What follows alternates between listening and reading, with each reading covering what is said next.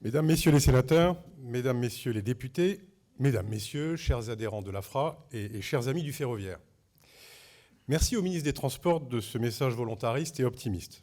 Nous pouvons l'assurer de notre pleine et entière coopération pour faire progresser le mode ferroviaire dans toutes ses dimensions. Tout d'abord, je voudrais remercier Claude Steinmetz pour sa présidence, qui aura permis d'augmenter le nombre de nos adhérents et, comme l'a mentionné le ministre, de participer activement au processus d'ouverture à la concurrence pour les transports de voyageurs.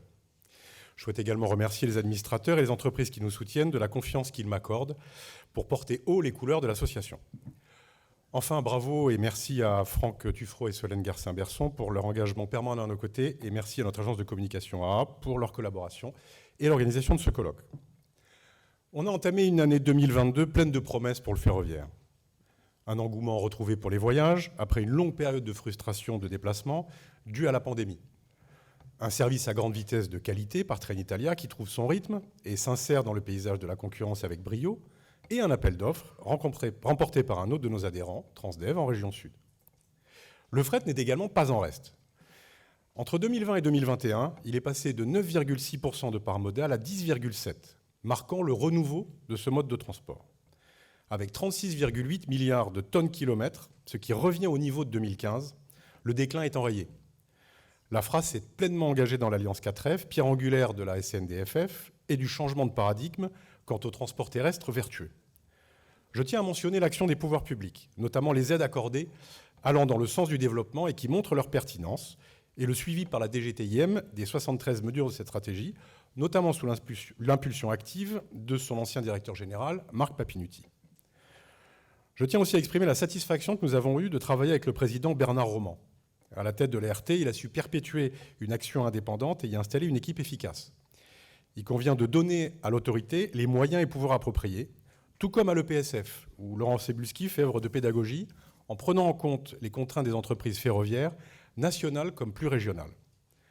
Alors, à noter que DGTIM et RT sont toujours en attente de la nomination d'un dirigeant, donc si vous avez des CV. Alors, on va revenir sur ces succès. D'abord, les évidences. Nous sommes la transition écologique. Nous sommes le vecteur de la réduction des gaz à effet de serre, je rappelle, 9 fois moins que le mode routier. Nous sommes l'instrument de la sobriété énergétique, 6 fois moins d'énergie consommée que le mode routier à la tonne transportée. Nous sommes la mobilité d'aujourd'hui et celle de demain. Ça sont les évidences. Maintenant, les faits. Nous avons répondu présent lors de la crise Covid et de son cortège de confinement. Je rappelle qu'aucun camion ne roulait, nous avons maintenu la totalité de nos plans de transport. Nos salariés sont mieux rémunérés que dans la plupart des secteurs industriels. Nos emplois sont ancrés dans les territoires et ne sont pas délocalisables. Nous sommes, avec l'ouverture à la concurrence, une réponse aux enjeux d'aménagement des régions, d'accès au transport et de pouvoir d'achat. Nous proposons dès maintenant les réponses aux contraintes environnementales et énergétiques, car nous sommes mobilisables, fonctionnels et en capacité de produire dès aujourd'hui. Et pourtant, la France est le mauvais élève du ferroviaire européen. Notre réseau vieillit, l'âge moyen des rails en France est de 25 à 27 ans, 15 à 17 dans le reste de l'Europe. Notre réseau n'est pas à la hauteur en matière de performance sur les circulations, sur la programmation des travaux, sur le processus d'attribution des sillons. Notre réglementation est souvent plus contraignante que les prescriptions européennes. Nous sommes très en retard sur les problématiques de billettique par rapport à nos voisins européens. Nous n'avons toujours pas pris de décision définitive quant au tracé des accès au Lyon-Turin, alors que nos voisins transalpins ont déjà programmé les travaux de leur côté qui sont déjà financés. Alors, je vois dans le changement à la tête de SNCF Réseau une opportunité pour le secteur. Mathieu Chabanel aura la lourde tâche de répondre aux injonctions contradictoires que son prédécesseur n'a su appréhender. Et il aura pour cela tout notre soutien. Tout notre soutien pour obtenir les fonds qui manquent cruellement pour maintenir, régénérer, moderniser et développer notre patrimoine. Tout notre soutien quand il s'agira de faire évoluer notre gestionnaire d'infrastructure pour qu'il soit à la hauteur des réseaux voisins.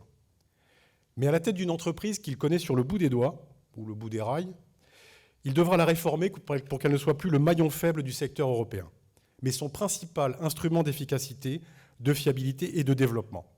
Nous pousserons en ce sens.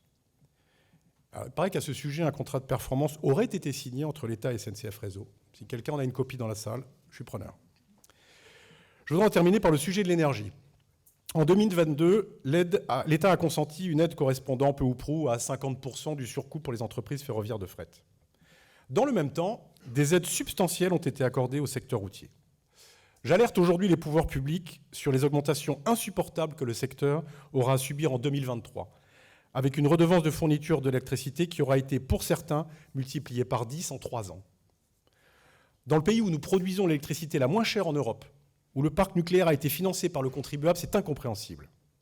Nous demandons à ce que les pouvoirs publics capent le prix de l'électricité au niveau de 180 € du mégawattheure, comme selon les recommandations de la Commission européenne, du CER, de l'ERFA, de l'UIRR, pour que le fret si durement acquis à la cause ferroviaire, à la cause de l'environnement, à la transition écologique, ne retourne pas à la route.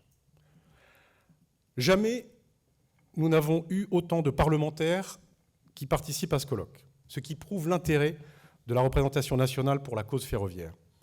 Nous comptons sur eux pour relayer et appuyer notre volonté de progrès sociétal. En vous remerciant de votre présence, je vous souhaite un colloque riche en débats et en idées. Un replay sera mis en ligne dans les jours qui viennent et je vous retrouverai après la conclusion de Franck Tuffreau autour d'un verre. Je cède la parole à Aurélie Blonde qui animera cet après-midi avec l'enthousiasme qu'on lui connaît. Merci à tous.